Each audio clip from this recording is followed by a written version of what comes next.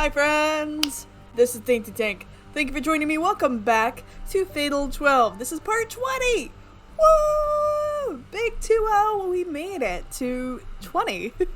I think this is one of the longest running series. I don't think we've done something that's too much longer than 20.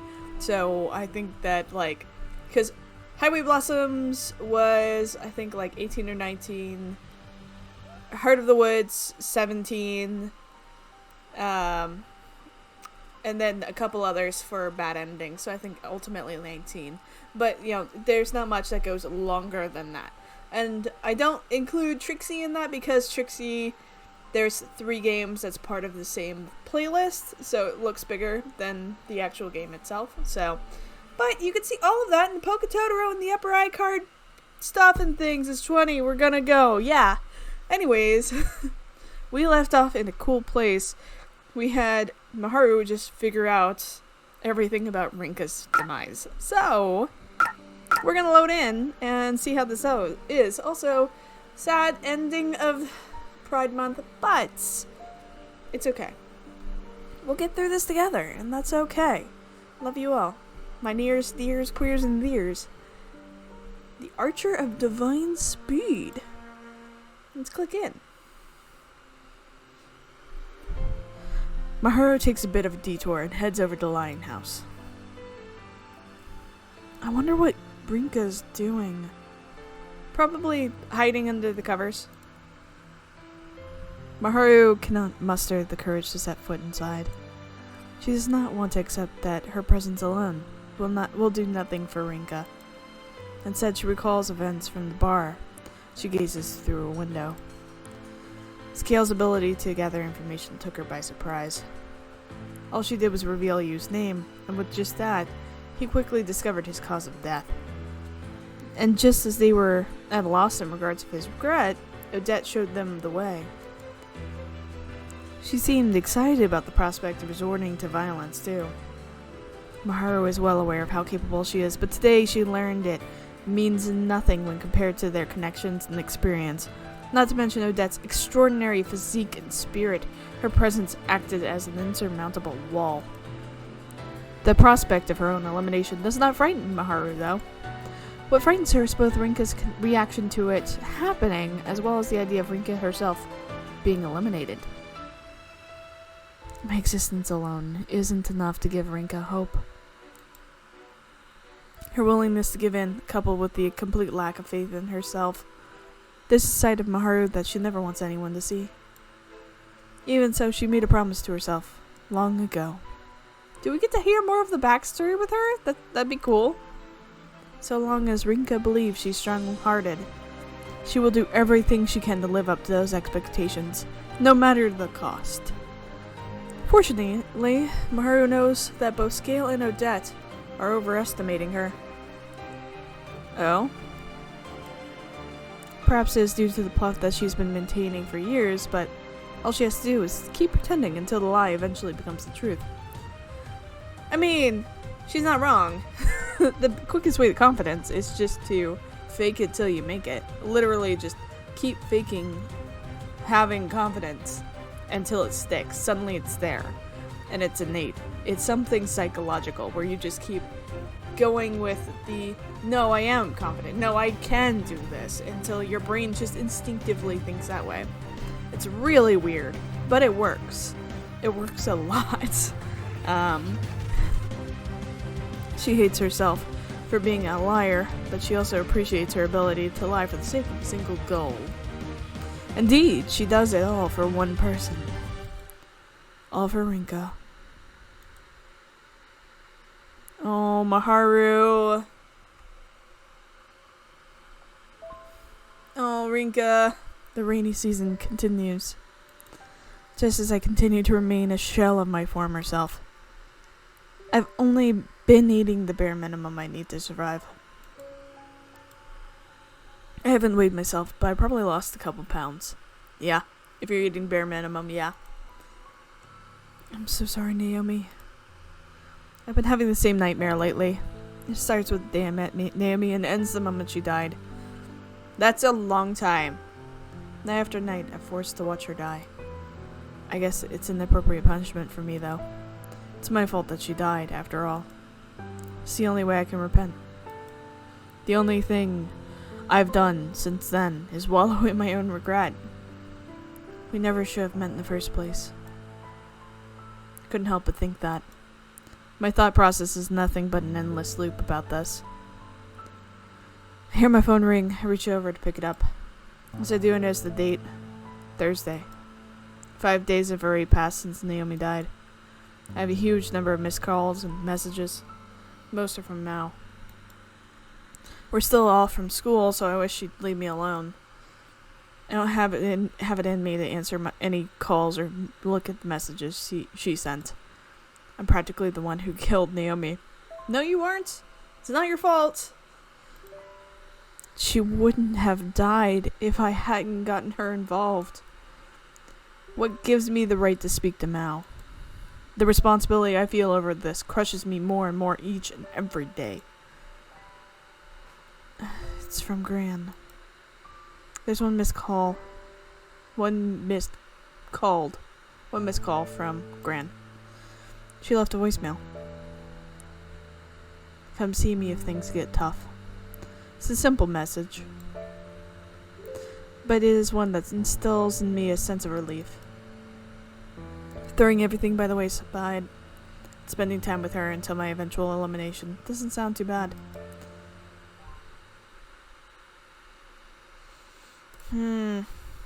Maid cafe?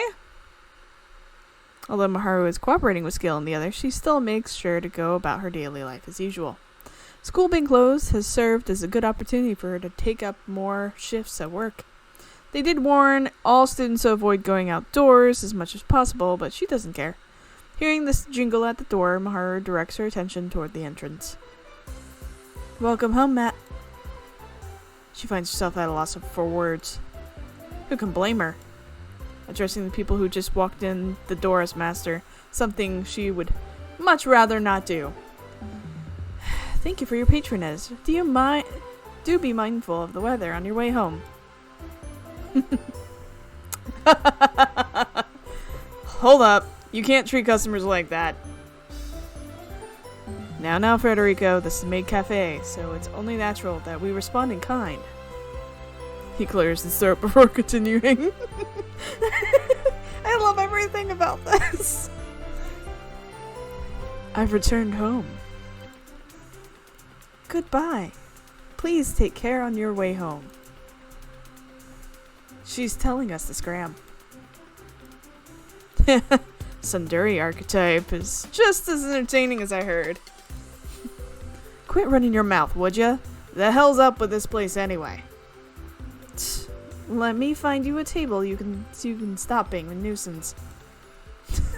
It's common for foreigners to visit a maid cafe in Akihabara, so the two of them don't stand out much. Miharu makes sure they can hear her muttering as she directs them to their seat. Jeez, what do I do to deserve this? Miharu ends up being left in charge of them due to their language barrier. I'm not sure what you two are thinking, but this place isn't for the likes of you. We only welcome masters who are sad, disgruntled excuses for humans that somehow have ridiculous expectations of girls they've never once interacted with in their lives. That is such a very clear and correct statement. Freaking blowing my mind. What are your thoughts on the special pancake, Federico? No. You're paying, so get whatever. Boy, do I feel uncomfortable here, though. Let it be known that I'll hold a grudge against you for my entire life if you purchase anything on here, Scale. Oh, they've got a booze menu as well. You fine with beer? This can't be happening.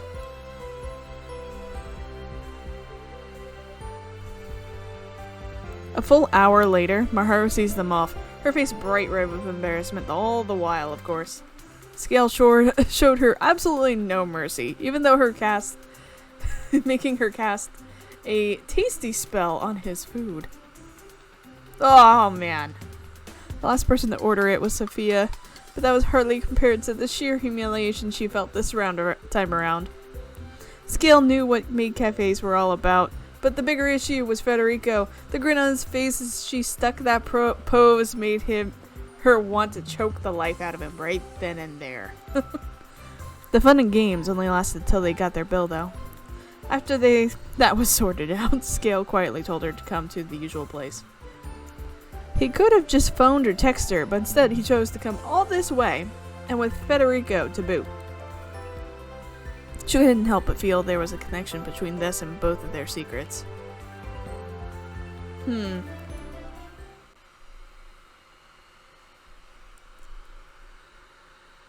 That's 3 days in a row. I've come here now. Someone's gonna catch on to me eventually, you know. Frederico and Scale are already there by the time Miharu arrives. As expected, Odette is nowhere to be seen. Your sources may be handy, but your actions today were wholly inappropriate, Scale. She may have a smile on her face, but there is nothing but hostility toward him underneath. Sorry, I just wanted to experience some Japanese culture while I'm here. Be a waste otherwise. I made sure to check out the other waitresses, but you are the cream of the crop for sure. Trust me on that one. Can I go home? I'd rather not put up with this regardless of whatever bomb you're about to drop. Miharu makes it clear. She has no time for jokes. She refuses to order anything today. She doesn't even sit down before continuing. Tagging along with Scale was your one ticket to get away from Odette. I take it. She certainly has you on a short leash. You looking for a fight? Calm down, both of you. Judging by your attitude, Miharu, I assume you've realized why I called you over here. Miharu freezes for an instant. She takes a moment to reflect on it. After all, she must remain one step ahead of her own expectations. Miharu's pupils widen as she reaches a conclusion. The elimination of Odette Malakon. That's why you really brought me here into this alliance, isn't it? That keen mind of yours makes me glad I did so. You know how dangerous she is. Like I said before, people let their guard down most when they're focused on something. The more focused people are on it, the less aware you are of your own surroundings. You're the one here capable of taking advantage of that. There's no way she'd ever let it happen around me or Scale. Isn't it a bit early for you to reveal your master plan? Nope. This is perfect timing, in fact. You're probably thinking that you can't match her, right? I doubt anyone would deny both her strength and wisdom. That's precisely why it's dangerous to resign yourself to her. She's undoubtedly wicked at heart, but there's something about her that makes you forget. We'd figured it'd be best to tell you before she gets it in her head. Think about it for a second. Divine selection. But without her or Alan. Sounds way simpler, right? You're overestimating me far too much if you think I'm capable of gathering any information on her. Well, us two already have a good idea of her cause of death. Give us another few days and we'll be able to get a card out of it. Although we'll have to figure a way to do it without her knowing. All you need to do is find out her regret. If you feel bad about doing so, then don't force it. Just a reminder that we're doing this because she's evil. That makes our actions just. Oh my god. He's so black and white. Very American. There's no hesitation in Scale's voice. Miharu casts her gaze down, presenting herself as deep in thought. As she does so, laughter begins to leak out of her mouth. Our actions are just, you say. Sorry to break it to you, but we're just as evil as she is. Every last one of us. It's all the same to me, though. I'll embrace that fact, because my end goal will never change. Part of her laughter comes from a massive collapse of tension. The wall she thought to be unsurmountable has already begun to show cracks. Just as they've already got an idea of her cause of death, Miharu has come across clues regarding her regret. Turning those clues into a card shouldn't prove too difficult with Scale's help. What's most hilarious, however, is that Scale, who is willing to betray Odette immediately after forming an alliance, has no idea that Miharu possesses his cause of death card.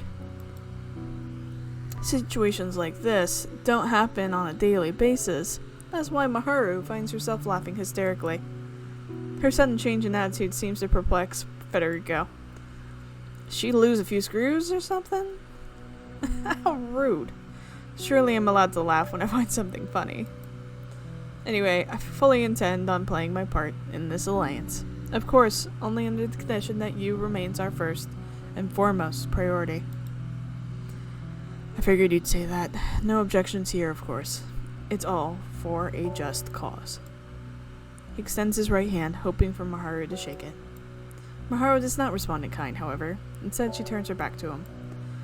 Dim lighting in the bar shimmers off her long, sleek hair. I'm sure this goes without saying, but try not to mess things up for us.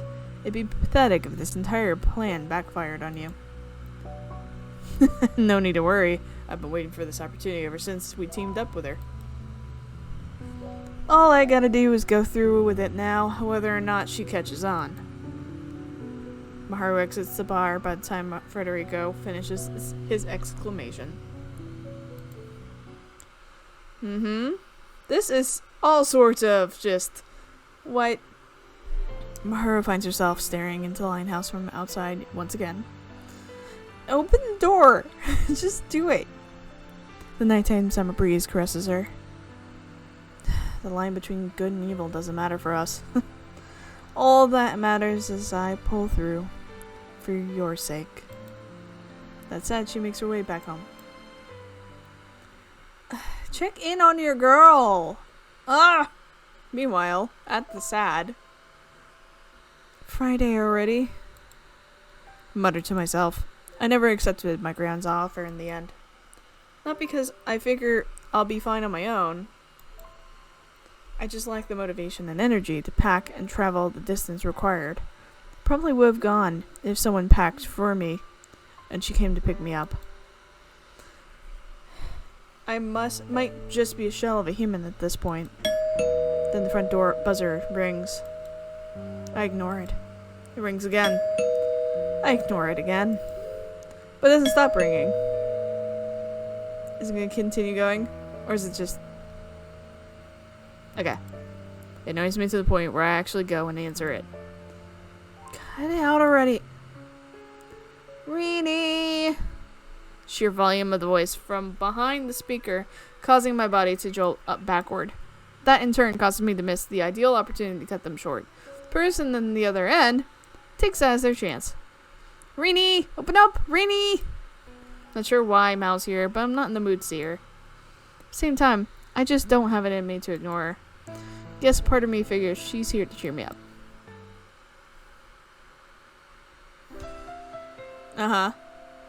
Been a while, Rini. You sure aren't dressed to impress, huh? Mao gives her honest opinion of my current state. I know she's right too. My hair's a mess and I'm wearing pajamas. I've at least been taking baths and brushing my teeth, so I shouldn't look like complete filth. Somehow it feels way longer than 4 days since we last saw each other. I don't think we've ever been apart for this long before. Like, school break. It's been a while since I was last at Linehouse, too. I think the last time was just before Golden Week, when I came with Neo... Oh! Did you watch that show yesterday? Honestly, wasn't expecting those two to kiss. Okay. There's no need to beat around the bush. I know you're hurting as much as I am. More importantly, why are you even here? Can't keep any secrets around you, can I? Ain't it obvious? I just wanted to see you. I got worried because you kept ignoring my calls and stuff. I felt like I was about to lose you too. Mao, let me get you some coffee. Are you fine with cafe au lait? think I'll go with some proper coffee today. But make sure there's plenty of milk and sugar in it. I tie my hair back before heading into the kitchen. Mao's thoughts and feelings about coming here are clear just by the look on her face. I may not have the energy or motivation, but that's irrelevant when I'm in the kitchen. You're a pro the moment you enter the kitchen. My grand's words have stuck with me even now. Now that I think about it, I haven't made any coffee for a few days. It's not that long, really, but I don't think I've ever gone this amount of time without brewing anything. I doubt I've gotten any worse. No matter what condition I'm in, my body remembers what to do. Here you go. Ooh, smells nice. Ah, I see you're re-engaged mess mode by untying your hair again. Mao may seem to be acting normally, but I can tell she's only about half as lively as she usually is. Blish. Bitter. One tiny sip is all it takes for her to grimace from the taste. She wastes no time in dumping 4 more sugars and extra milk into the cup after that. Not a moment of hesitation at all. Well, that's fine by me. I'm not particularly fussy about how people prefer their coffee. Lighthouse is meant to be a second home for its customers. Why do something here that you don't like doing at home? Sure is pouring outside, huh? Both of us quietly count raindrops as we drink our coffee. Time passes by slowly, as though in contrast to the tempo of the rain. Droplets clinging to tree leaves accentuate their beautiful green color. It's kind of funny how the rain will stop every now and then, and I can't stop crying over what happened.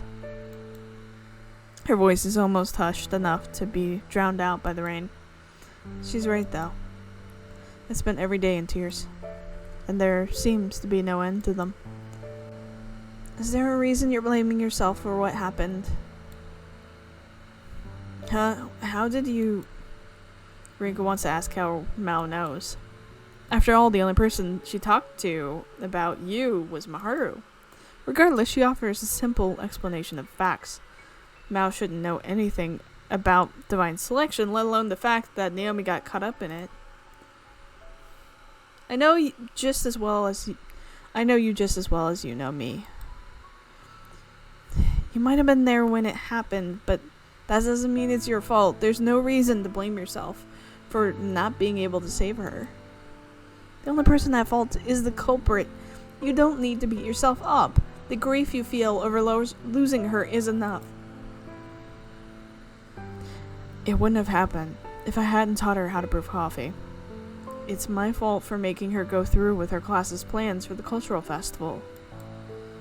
If I hadn't spoken to her that day in the library, she might still be alive if she never met me.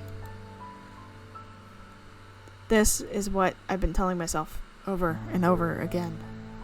Doing so has become a part of my daily routine. Don't say that, Rini. Not after all the time we spent together. Me, you, Miharu, and Niran. Whether we were chatting here or going to the theme park, I honestly had so much fun when we were together. You're just smearing the memories we made together by saying that. I don't want that. Not when I treasure them so much.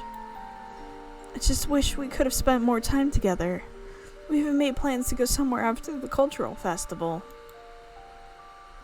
That's why you should let yourself grieve instead of blaming yourself. Don't be upset that you couldn't save her. Be upset that you can't spend more time with her. My memories with Naomi. These memories aren't just mine. Like Nao said, those are memories we all treasure. As I said earlier, a part of me felt like I was about to lose you too. I couldn't handle that. I don't want to see you fall deeper into this hole you've dug for yourself.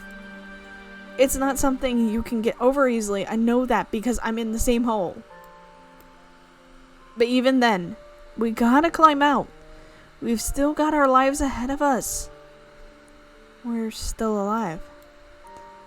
We still have our futures ahead of us. I still have the potential to achieve something, despite all that's happened. No one knows what the future holds in store for us. I won't tell you to cheer up, but at the very least, once you realize you don't need to go through this alone, we can move forward together, even if we cry along the way. Mal. Sorry. I can't hold it in anymore. Neither of us can. We both cry our hearts out. Mal's crying face is all I can see for a good while. Just because we're together doesn't make me any less sad. We can't share our pain. What happened pains each of us equally. Still, at the very least, we can weep over what we lost together. Oh! Night has fallen by the time we settle back down. Surprisingly enough, it has also stopped raining. It's pretty rare this time of season. Oh yeah, did you get that school's back in session next week? Oh, really? Check your messages. There's probably one for the school in there somewhere. Anyway, no skipping class once next week rolls around. Agreed? I know. I'll see you next week. Yep, catch you later. Head back to my room after seeing Mao off.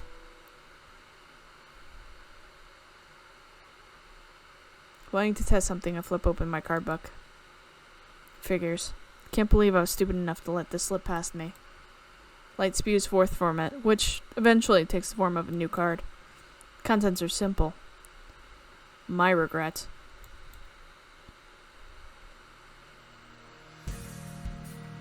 Oh! Is none other than my regular life. It may seem trite, but it represents what the future holds for me. I always figured I had no regret to speak of, but even then, I wanted to live.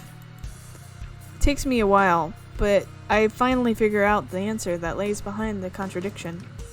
The lack of an answer in regards to my regret is, in itself, the answer I have been seeking. I just want to spend more time with everyone. I want to be someone who is cherished by everyone, like my gran. I want to fall in love, just like the characters in the shoujo manga I read. I want to watch a movie that really tugs at my heartstrings. I want to get better at making coffee. I want to make food worth serving here. I want to go to college. I want to grow old enough to drink. So many desires. So many wishes. So many possibilities. There's still so much I want to do, things I haven't even realized yet. My regret is tied to the idea of what lie awaits me in life. Who I'll become, what I'll achieve, all of that. Thinking and worrying about that while marching forward is, to me, an integral part of my daily life.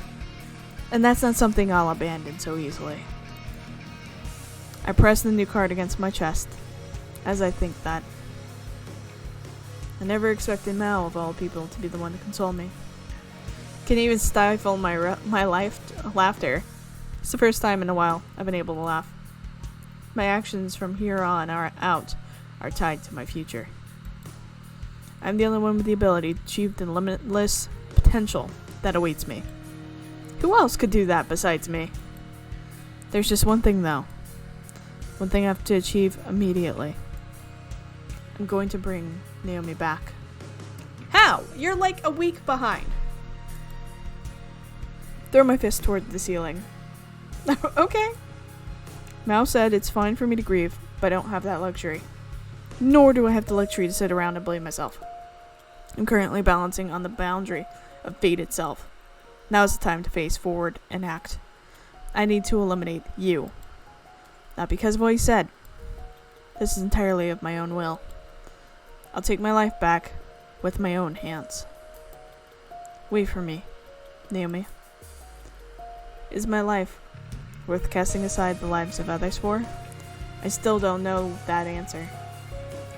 But I know that I'm the one who will shape my own future. Ah! Electing you is a must. His election should undo Naomi's death. His entire attack on the school should be undone at that.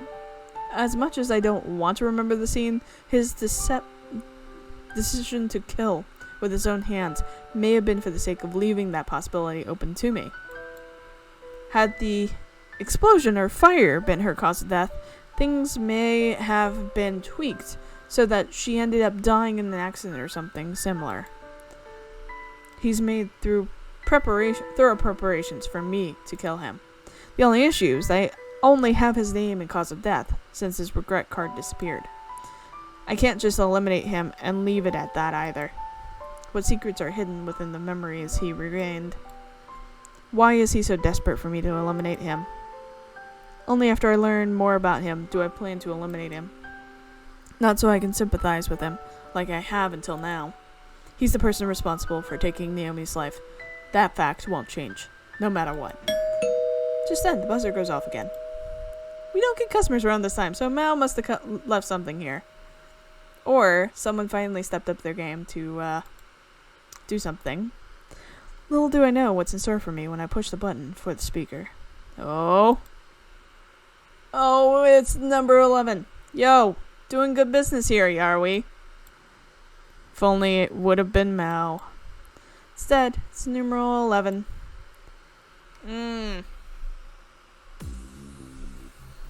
More frightened by the prospect of what will happen if I ignore her, I decide to let her in. Wouldn't be surprised if she busted the door down if I hadn't. Oh god, she's so intimidating.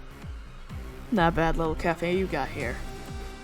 She seems far more bulky up close than when I saw her at Shigasugu's house. The extent to which she stands out in the cafe like this doesn't help. Judging by how she hasn't insulted me yet, I can only assume that she's got other business here. It'll only take a matter of seconds for her to render me helpless at this distance. That is the one silver lining here. Sorry, kid. Is this your bedtime? No. Meh. Been near 2 weeks since we last saw each other in real world. How you been? Why are you here? Ah, come on. Why is everybody gotta be so vigilant around me? At least that Miharu girl is a bit more friendly. Miharu? Did you do something to her? Her having taken Miharu hostage is the first thing that pops into my head. That can't be it, though. We fooled everyone to thinking we'd had a falling out with our little exchange in the Court of Fate. Guess you two are still buddies after all. Doesn't seem like you know what she's been up to, judging by your reaction, though. Can't blame you. Most people would be crushed if their underclassman friend died. You don't look like a broken person, though. I assume you've gotten over it. Ellen said she's the type of person that can't reach conclusions through situational evidence. He was dead on. She was about to snatch the answers from me just by talking and then judging my reactions. It doesn't help that I'm feeling pressured by her. Sitting up bright in situations like this makes one seem more confident. That's what my gran always used to say. I'll ask one more time. What did you do something to Miharu? That's the spirit. I ain't interested in talking to people who's shaking in their boots. Let me ask you then. Do you think this gal's weak enough to let such a thing happen? Not at all. She's far stronger and resolute than I could ever be. Oh, good answer, kid. I'm Odette Malicon. Here's hoping that mission's enough to ease the tension. That said, my card book begins to glow. Eventually, the light takes the form of her name card. Why would you... I'm only here to talk things out with you. Giving you my name doesn't put me at any disadvantage. Besides, I can tell you don't have any of my cards yet based on how frightened you were before. That being the case, giving you my name doesn't seem like a good way to establish some trust, huh? I don't plan on telling you mine. No need to worry about that. She's my Rinka, though you probably figured I knew it by now, considering I found this place. It's just as she says. In fact, it'd be odd for someone not to find out my name along with Lionhouse. Well, it's clear that you're not here to raid this place like you did Shigasugu's house. Hey, That's what I've been trying to say all along. Let me put it like this. I'm here to help you. Here to help me? I'm sorry, but jokes don't suit you. No need to be so reserved. You might want to eliminate you, but right now, you don't have the means. Let me explain from the top. Mind getting me some coffee? Odette takes a seat at one of the tables without giving me so much as a glance. Don't think I've got any other option, so I make some for both of us. Oh my goodness. Oh, she's freaking terrifying. Oh my god. Oh my god. Oh my god. Oh man, tastes pretty damn good. You're working pretty hard despite your age, huh? That's what I like to see. She stands and stretches after tasting her coffee. She strikes me as the type who would voraciously devour meat and chug down any sort of alcohol, but to my surprise, she is able to discern the type of beans and roasting method I used. After that, we discuss things while drinking our coffee. The first thing she tells me is regarding you. He's part of a terrorist organization in Japan, and was originally meant to carry out an attack on the Yamanote line. That's just so happened to be the attack Naomi and myself got caught up in. They don't seem to be aware of my cause of death, though. Next up is Miharu. Not only she met with Odette, but she's been formed an alliance with her, Frederico and number 9, whose name seems to be Scale. Their ultimate objective is to eliminate Alan. I'm not quite sure if he is an inherently bad person after having spoke to him personally, but his status as a major player in Divine Selection can't be denied. But what surprised me most is hearing about Miharu has convinced them to target you first. Her goal is the same as mine then. She wants to save Naomi. It's hard not to tie what happened to Amicha to Divine Selection, all things considered. Not only is you the culprit, but it's a school both myself and Miharu attend. I'm the only one who knows that you's doing this to make me elect him, but they interpreted it as his attempt to provoke the other participants. So Miharu's cooperating with you? The whole reason Scale approached Miharu was because of your supposed falling out. While it wasn't enough to fool me, it was a solid plan. Both him and that dumbass Frederico ate it up. None of that explains why she's here, though. In fact, it makes even less sense now that I know they're cooperating. It ain't just Alan they've been targeting once you's gone. All 3 of them are gonna come right after me. Miharu wouldn't do... I was going to say she wouldn't deceive someone like that, but I couldn't finish the sentence. Miharu's strength of will is rock solid. She wouldn't betray someone solely on her own gain, though. Which means it's either for Naomi's sake or mine. That much is easy to figure out. Chances are she's already aware that I figured them out. Like I said, though, they probably won't go after me until they both eliminated you and got close enough to gathering all of Alan's cards. No way that lot would underestimate what I'm capable of, after all. Sheer confidence she has in herself isn't something I'd ever dispute. It's not my place to make this comparison, but she's probably the only person who can compare to Alan out of all of the participants, assuming we judge purely on strength of character. None of what she said thus far explains why she came to see me, though. Squaring off with them after we eliminate you's just a bit too predictable, though. I want to get more of a thrill out of it. How does your excitement fit into all of this? Think about it. Life's all about the thrill and excitement, ain't it? You'd be better off dead if you aren't. I don't quite get where you're coming from. I ain't worried about whether or not you get it. Anyway, if things are gonna go down, then you can be damn sure I'll be the one double-crossing them. A bold smile accomplishes her proclamation. Would you mind explaining what you meant about helping me? Just like it sounds, kid. You want to eliminate you so that your underclassman's death gets undone, but you don't got the means to do so. Don't know why you'd get this bothered over one insignificant life, but... How dare you? Naomi's life isn't insignificant to me. Messed up by saying that. I don't regret it, though. I won't let anyone get away with saying that about Naomi. Don't even bother to say anything else after that. I just glare at her. Phew, atta girl. It's ready to shove off if you let me get away with that. Keep up the attitude while you're at it. I ain't one for polite chit-chat.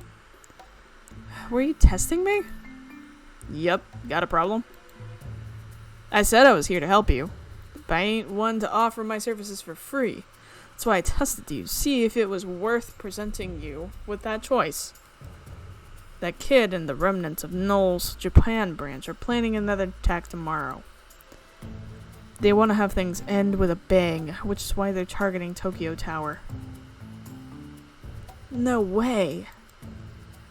They already put the plan into motion. I've heard talks of suspicious trades involving gas and aluminum nitrate, which just so happen to be what's needed to make bombs. Yeah, that's exactly how it is, yep. Aluminum nitrate's generally used for fertilizers, but only pros are allowed to handle it. Even if they plan things out well, they can't cover their tracks completely. I'm not quite sure how it works, but it seems like thermite reaction is caused by the iron oxide and aluminum power packed into those bombs. Not only will the blast be powerful, but it also spread fire everywhere. I mean, thermite's separate than the aluminum nitrate, than the nitrate and gas. Thermite is different than what was explained before. Those are two different types of reactions. Thermite is its own separate reaction, and it basically is just like a powder until it's lit. And then it's unstoppable chain reaction. And it will spread fire everywhere, and it's not fire, it's basically just molten everything. It literally just melts everything. It's amazing and terrifying all at once. Firebombs, basically.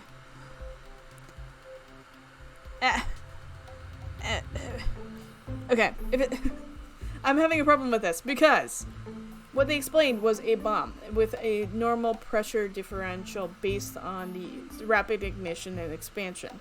So that would not ignite a thermite unless the thermite was held separately in a different container and away from the initial bomb set and within the actual and with its own like fire initiator. Even then, you don't want to spread the powder with the explosion. Maybe I shouldn't talk about this on the internet. Anyway, this is a big thing to talk about. Probably the same type that you used when he blew up the train, as well as Micha. Chances are they're gonna go wild, considering the circumstances. Who knows how many people will die if Tokyo Tower blows up this week on the weekend? Even worse, you won't die since he's a participant. Perpetrators usually die alongside everyone else, but he'll live on pulling crap like that. We can't let that happen. We have to stop him. You're a kind sort, huh? Thing is, I don't really give a damn about how many people die. Sheer disgust I feel over that admission causes me to glare at her again. She raises a finger and thrusts it in front of my mouth before I can say anything, though. But, on the other hand, stopping some pansy terrorists ain't no thing for me. The fact that she can make that statement like that sound believable is part of what makes her so impressive. Ain't we better off letting the police deal with this? Only people like us are aware of the whole thing. Ain't no outlaw who wants to get themselves involved with the police. What's more, they'd only benefit from it in the end. All those features and news articles are gonna turn into hard cash. Most importantly, there's a kid involved who can go about blowing himself up while random coincidences somehow keep him alive. The police would get a pretty bad reputation from that. She's probably right. There's no way anyone would swallow the idea that he can't die because he's a participant in divine selection. There's just as likely to have more than just bombs at their disposal, so who knows how many casualties could result. Considering I've got Scale, Federico, and kinda sorta Miharu gunning for me, I'd rather get this done and dusted quick. You don't need me to explain the rest, do you?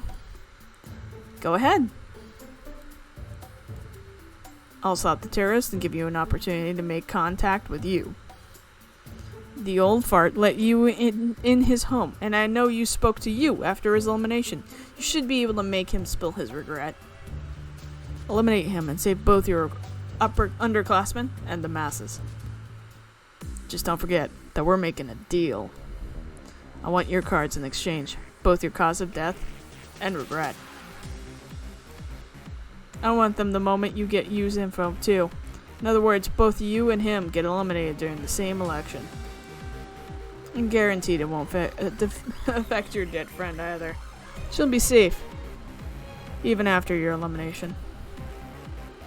Fate will run its original course with both myself and you eliminated. It makes sense. My elimination would result in Naomi witnessing my death. That's how things went originally. Odette probably doesn't know that much, but her words hit me hard. So what'll it be? Get with me and guarantee that you'll save your friend's life, or try to pull through on your own? Oh my goodness. We're gonna save here.